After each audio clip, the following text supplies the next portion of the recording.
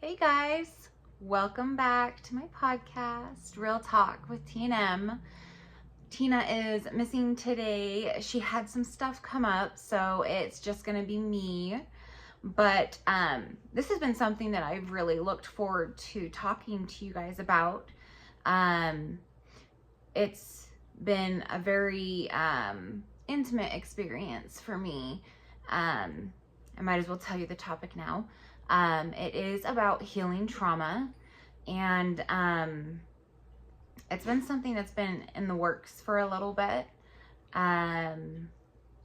It's something that I think is extremely important to talk about because so many people go through trauma, and a lot of people don't feel like there's hope coming out of trauma, that there's like hope for better days or hope that they're going to make it out of like the symptoms that come as a consequence of experiencing trauma. And so I wanted to share some of my experiences and talk a little bit more on like the scientific side of things, just so like there's more like understanding about how trauma works and how it affects people, because really it's not all in your head. I know a lot of people are like, oh, it's just mind over matter. And like one thing that really bothers me is like how people try to put like a timeline on how long you should be traumatized by something. And to me, that's so offensive because trauma affects people differently. Like what may be traumatic to me is not going to be the same thing and like the same amount of trauma to somebody else, if at all. So I think really opening that discussion is going to be important today. So I just wanted to start with that, and let's hop into what we're going to be talking about. I feel like when people talk about their trauma, they tend to dismiss and gaslight themselves. Like, I know, for example, I have done that, especially in the past, where I'm like, oh, it wasn't that bad, or, you know, other people have it worse than me, or, you know, there's a million and one excuses that you can make to dismiss yourself and dismiss your trauma and like your experience. And I don't feel like that's fair to do to yourself, because it just invalidates what you've been through. And then it also takes away from your ability to hold self-compassion for yourself. And it also takes away from holding space for yourself and what you've been through, which is so important to do. It's important to own what you've been through, not just like, oh yeah, like this happened to me, but like, yeah, this happened to me and it impacted me. It changed who I was. It's made me a different person, because trauma does have that impact on people. In today's society, you'll hear a lot of people, especially like in the social media world, where everybody has like, you know, their own podcast or like their own little soapbox that they like to get on and talk about things. Like people will refer to trauma as like, oh, you have your little traumas, which are little T's, and your big traumas, which are big T's. And I just want to like get rid of that misconception, because trauma is trauma, period. It doesn't matter how big it is or how small it may be in somebody's perspective, because the way that trauma impacts the body, it doesn't matter if it's small or if it's big. There is a theory by one of my personal favorites, and I will be referencing him a lot today. Gabor Maté is one of my all-time favorites. And his theory of trauma perfectly summarizes exactly what I feel trauma really is. And so he says, trauma, from the Greek word, is for wound, is not what happens to you. It is what happens inside of you as a result of what happened to you. So neuroscience, like I mentioned, we're getting into science here. Neuroscience shows that trauma victims cannot recover until they become familiar with and befriend the sensations in their bodies. And in order to change, people need to become aware of their sensations and the way that their bodies interact with the world around them. The mind needs to be re-educated to feel physical sensations, and then they can slowly reconnect with themselves. I think that is so interesting because for me, I will share an example. I have literally never felt safe in my body. I remember when I went through my intensive outpatient therapy program, it was one of the last programs that I went through. I went through a total of 6. And in this trauma program that I was in, I remember talking to my therapist, and I told her, I was just like, I've never felt safe. And I never had that realization that I had never felt safe. And so I had to learn how to feel safe in my own body. And I had to learn like physical sensations that I was experiencing and be able to label them and acknowledge them and be aware of them and how they felt. And that takes time, and it takes guidance, which is why for me, I recommend that anybody who has been through trauma see a professional therapist who is trauma informed, who can work on this with you, because it is such a difficult process to initiate. Like when you're first trying to work through trauma, it is so hard to do this by yourself. You need the support and you need the guidance of having somebody who is properly informed on how trauma works and how it impacts people, so that they can help guide you and lead you through the steps that you need in order to come out of things and, you know, reach the end of that experience and like come full circle. It's so important to utilize that option if it is available to you. Neuroscience, like I mentioned, says that once you start approaching your body with curiosity rather than with fear, everything shifts. It takes enormous trust and courage to allow yourself to remember and to feel. And I can attest to that. I was watching a video today about dissociation, in fact, and dissociation is something that I do want to kind of like dive into. Dissociation is when the body and the brain are experiencing something so intense that, typically if there's something going wrong, you run away or you escape from it in some way. And when you literally are stuck and you can't, what happens is that the brain turns off and puts you in a different place. And that's how it saves you in that moment, which is ultimately, like I said, it's something that saves you. It's a great coping tool to save somebody. It's a compassionate thing that your body does to protect you from trauma. And at the same time, it also causes a lot of issues. And it's so hard to pull back into your body, because a lot of the time when people who have dissociated and those who have gone through significant trauma, when they're trying to share their experiences, like when for example, I'll use mine, and this is very common among survivors of trauma, is that you can't tell like the whole story collectively. Like it's not like a smooth, it's not like a smooth story from A to B. It's very patchy. So coming back to your trauma and sharing that and remembering what you went through and remembering how you felt is absolutely fucking terrifying. And when you're going through that, again, this is why I say it's important to be guided by a professional who knows what they're doing, because you need to have that support there as you're going through that process. Like I mentioned before, trauma is not all in your head. Again, that really bothers me that people say that.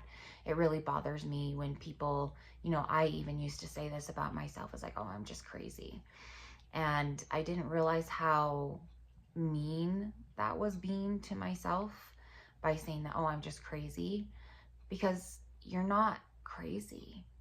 It is a normal response to experience what you do to trauma. If you didn't have the response that you do to trauma, that would mean that there's something wrong.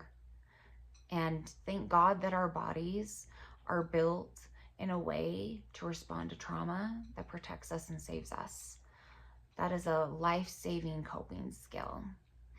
But when we do experience trauma, what happens is it causes a loss of self. I remember I was talking to somebody and I had said, you know, like, I really feel like I've lost my mind. Like, I don't have a sense of who I am. And I really had to work on developing like who I was as a person.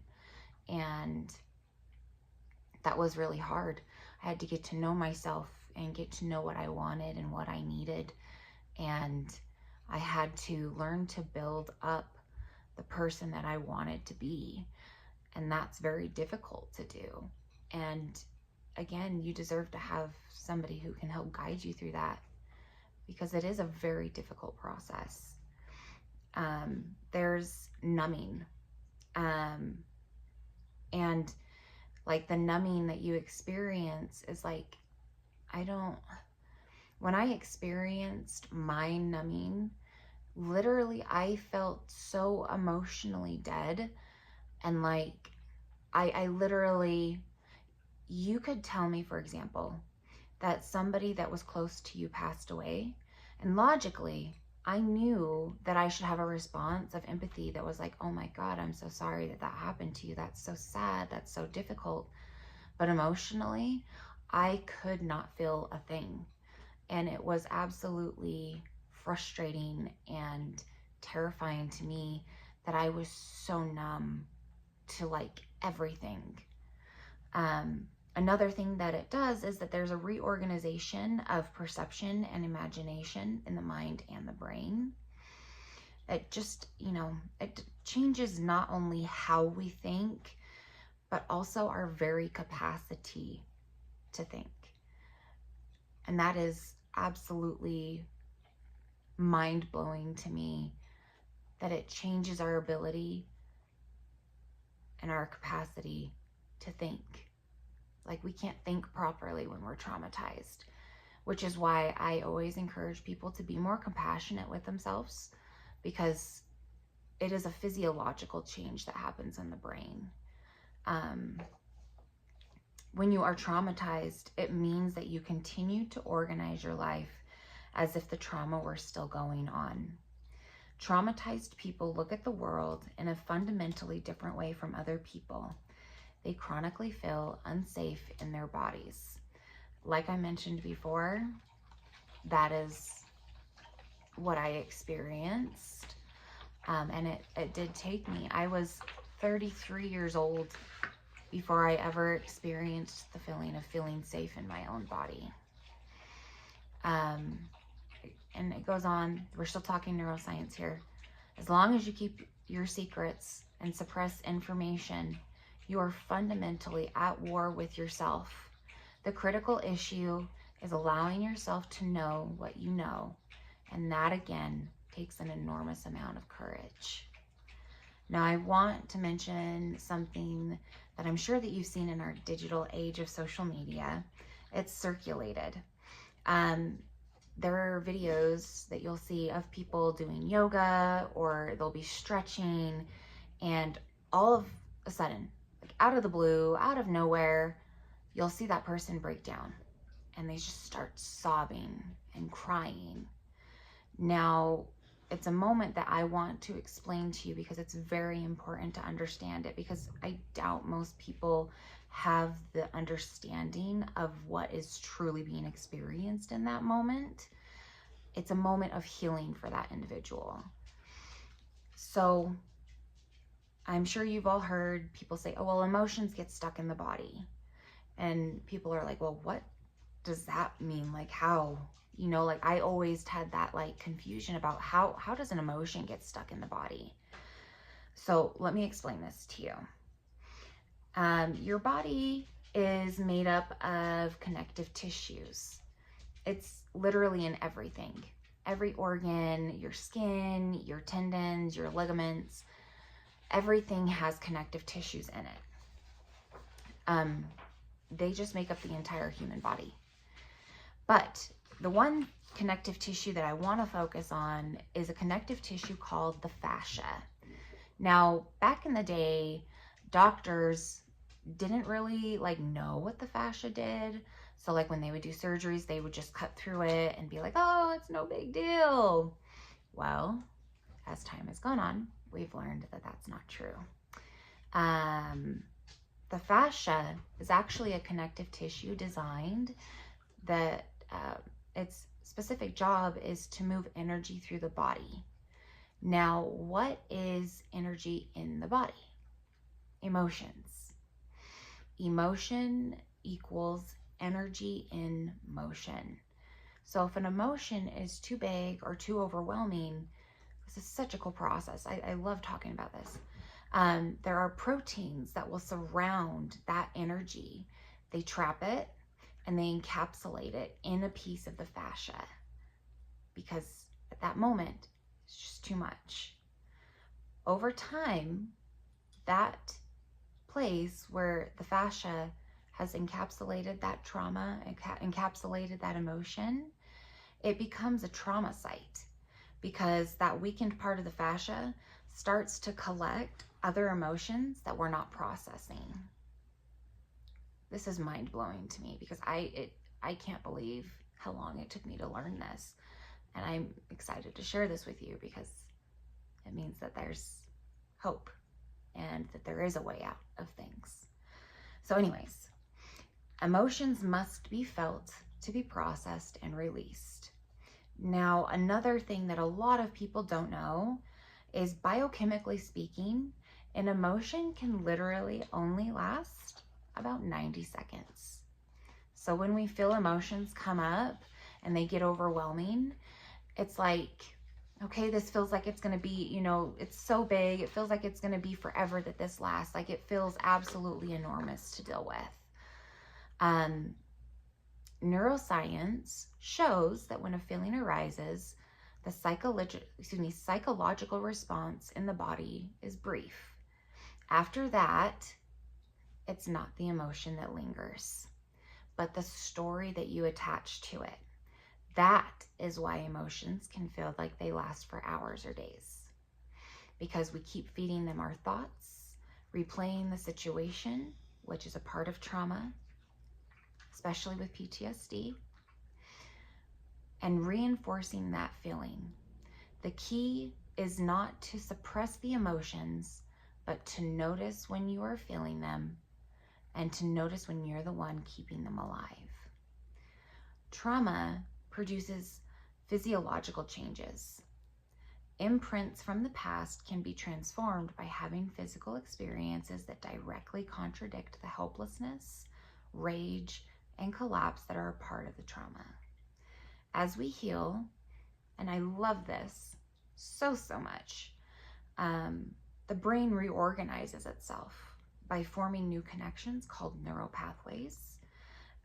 These new connections between the neurons, it's like, it makes me emotional, because I've seen a video that shows like how the body creates those new neural pathways in the brain.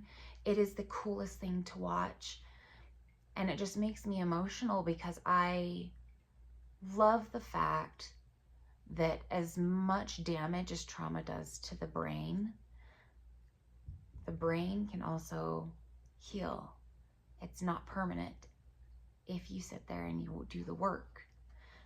And I love that the body is constantly working and fighting to make itself better, and that the brain is the one guiding that. That's why it's so important to take care of your mental health, and that's why it's so important to take care of your brain, because your brain guides the whole entire body through every process. Now, I do want to share a quote with you, and kind of touch on this a little bit as well. So as much hope as there is with healing, and we've talked about it scientifically, I do want to talk about a couple other aspects of this. The quote says, "Healing is such a lonely and intimate process. It requires you being your own friend on some days, being your biggest cheerleader in certain moments, and spending quality time with your wounds. But it is all so necessary." Man, that to me, when I read that, it hit so hard. I literally felt shook to my core.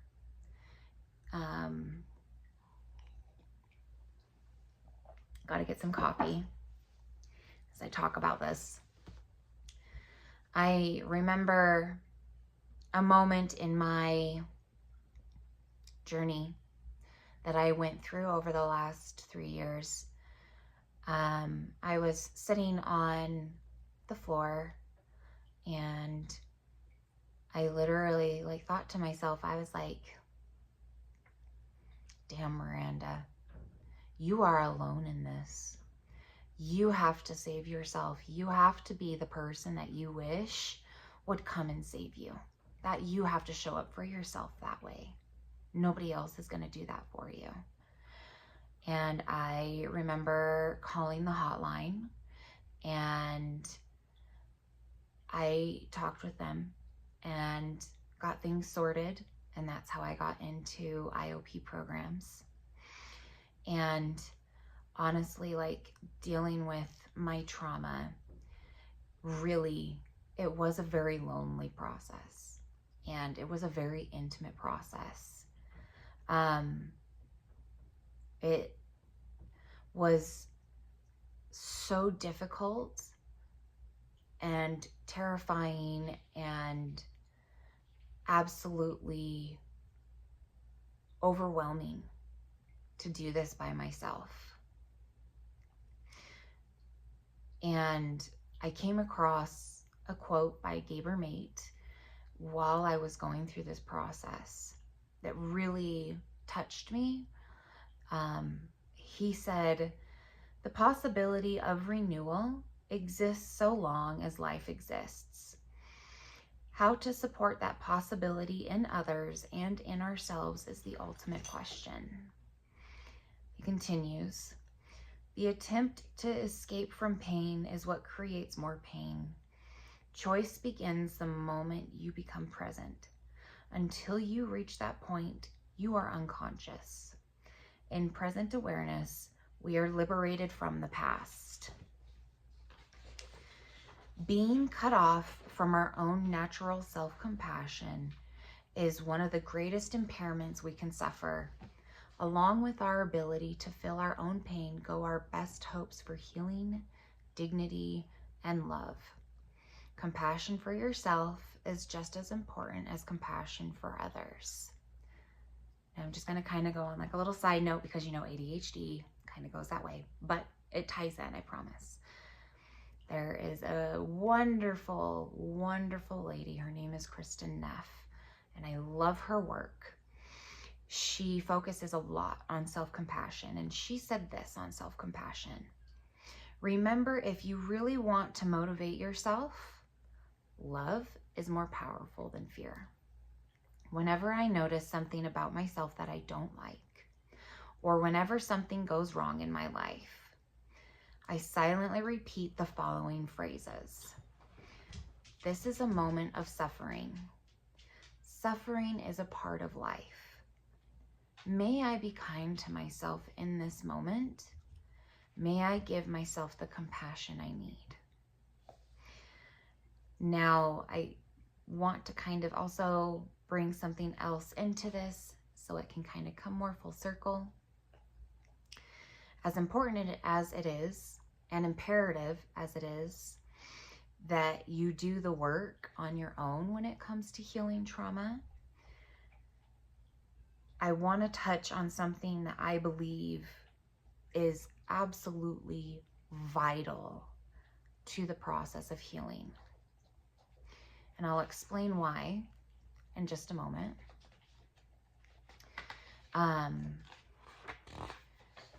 Being able to feel safe with others is probably the single most important aspect of mental health. Safe connections are fundamental to meaningful and satisfying lives.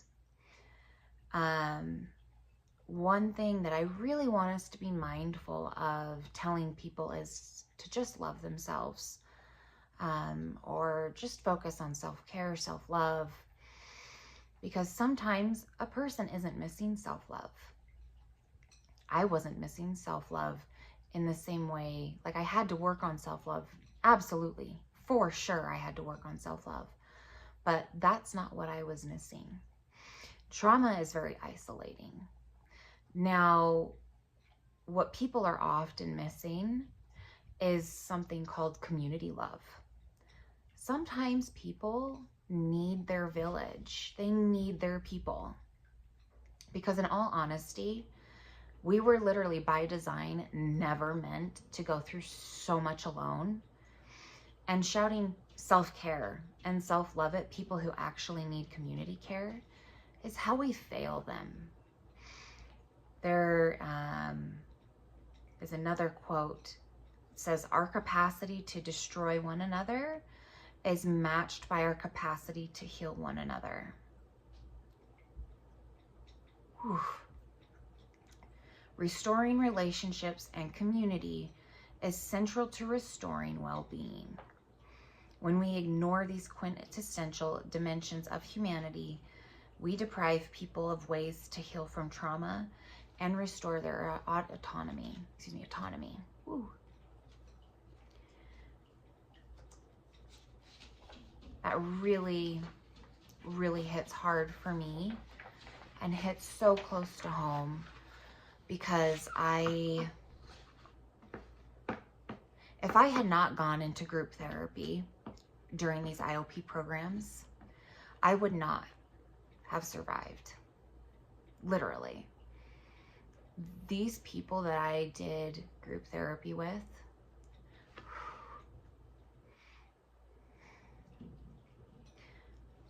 they saved my life. Whew. We're gonna reel that in. Hold on a second. We got this. Whew.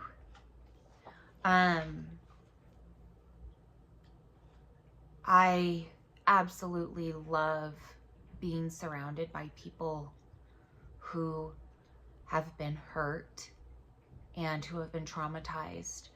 I find those people to be some of the most beautiful people that you can get to know. Some of the most incredible and amazing people that I have ever met have sat next to me in a program, seeking to heal and recover from their own traumas and their own hurts.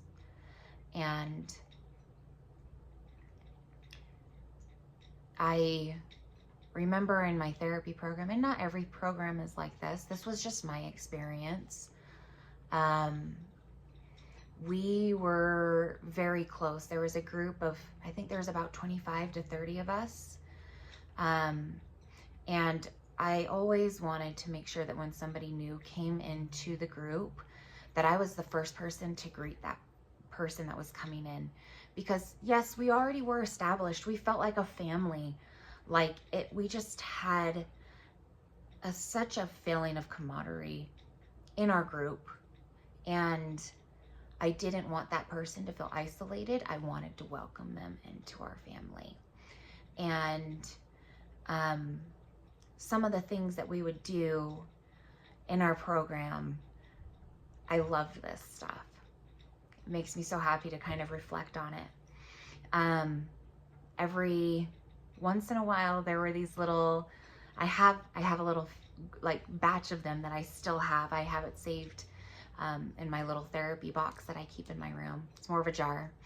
But there were these little like rubber duck figurine things, and they would hide them throughout the center. And so you would go throughout the center and you would find them. We'd come and collect them. And then on Fridays, during our classes, we'd have a DBT class at the end of the day. And the last 10 to 15 minutes, what we would do is we would be given that time to sit and like write notes out to people that we were, you know, in the group with. And then the last like 5 minutes, we'd hurry and like pass out the notes as fast as we could and get everybody that we wanted to get, you know, notes to, if we could fit everybody in. We'd hurry and pass out these notes to people. I kind of got a little bit sneaky, and every Wednesday I would go and buy cards, and I would, ahead of time, I would write everybody a note. That way nobody got left out. And everybody would exchange these notes, and it made me so happy, not just to hear what people wrote to me. I literally, I have saved every single note that those people wrote to me.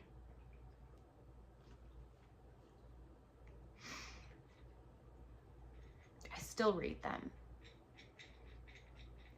And they mean so much to me.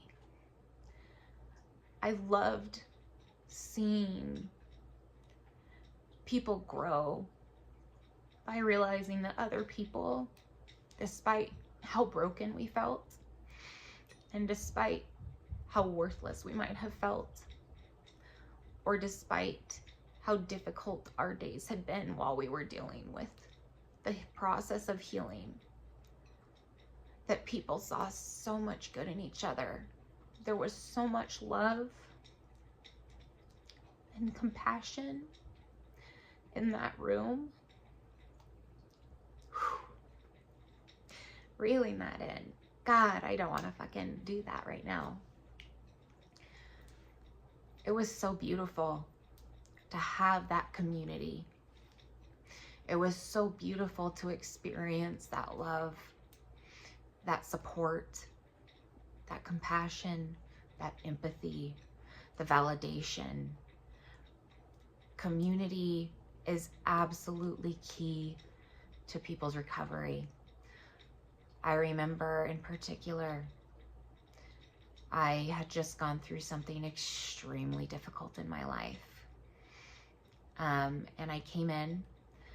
It was literally so bad, I couldn't do my makeup. I was lucky to brush my teeth, brush my hair, and throw a cap on and wear a pair of sweats and a t-shirt. And I dragged my ass into therapy. And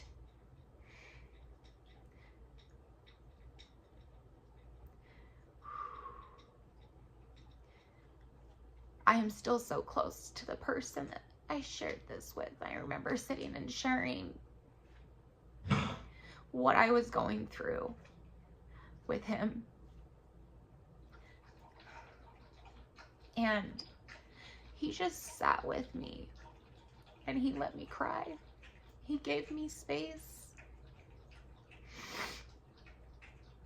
And he just let me sit and exist, and he didn't leave my side. And he didn't have to hug me, just letting me sit with him and not be abandoned when I shared something so deep and ugly and hurtful and painful, and having him wait for me to compose myself before he started validating me, before he started offering his support and his empathy, his advice.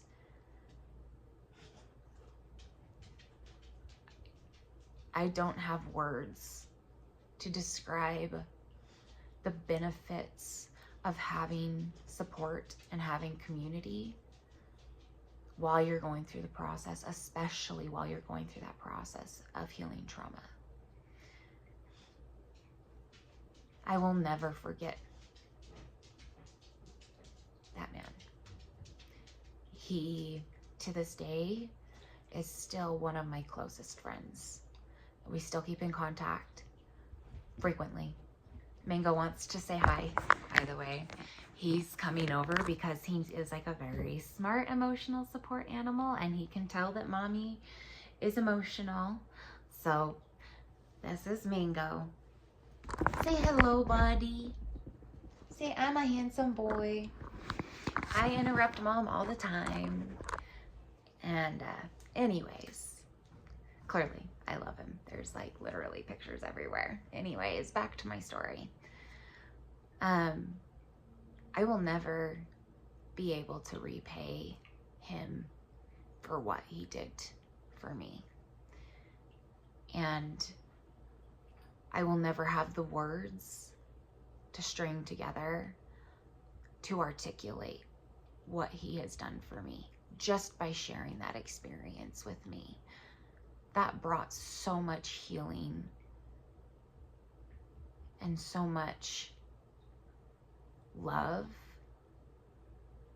common humanity into me that I started to experience healing with him being by my side, holding my hand, walking with me through that. That is why I constantly encourage everyone to show up for their friends, to show up for the people that they claim that they love, to check in on the strong people in their lives, to check in on the funny people in their lives. It's so important to be there for people. You never know what somebody's going through, but it is so important to make that space for them. It's so important to listen to them, to validate them, to show empathy, to give them compassion, to encourage them to give themselves compassion, to love them unconditionally, and to encourage them to love themselves unconditionally, especially when people are going through the process of healing trauma. I hope that by sharing what I shared with you today, that you find that there is hope for you. I hope you feel inspired to work through the traumas that you might be having in your own life. If you need more advice about how to go through the process that I went through, if you need direction, please personally reach out to me and talk with me, and I will help you. There's hope. I promise you things do get better. It may take time, and it may be hard, and you'll probably fucking cry, and that's okay. And you'll hurt, and you'll start to feel better, and your days won't seem so hard, and your mind will finally find peace, and you'll start to feel compassion for yourself, and you'll start to love yourself more. I promise you that things do get better. And if you need help getting there, please feel free. Reach out to me, text me, call me, send me a DM, Facebook me, Instagram me, comment here, whatever you need to do. I am so open and so willing to help get you to the right people and get you into the right spaces that you need, because every person, including you, deserves to be happy. You're worthy of love. You're worthy of happiness. You're worthy of peace of mind. If you know somebody who needs help, also feel free to reach out to me for resources, because I have them and I'm wanting to help people. That's why I'm doing this podcast. I want people to live better, happy lives, healthier lives. And just as I wrap up with you, as a reminder, my uploading schedule is the first Wednesday of every month, which means that the 4th episode of our podcast is going to be uploaded on Wednesday, April 2nd. You can find us on our social medias, which per usual, I'm going to link in the description. If you haven't already, don't forget that you need to subscribe, and you also need to turn on the notifications. That way you don't miss anything. And if you want to connect with us, please do. We love connecting with our community. We love to hear from you guys. We appreciate your support. We appreciate your kindness, and we appreciate you, period. Thank you for tuning in to listen to my 2 cents on healing trauma. I hope that there's been things that you can apply to your own life. Please take care of yourselves. Do something every day for yourself that you need to be happy. It can be 5 minutes, it can be half an hour, it can be an hour long. Whatever that is, do it, because you're important, you are worthy, and you deserve to be happy. Take care, guys.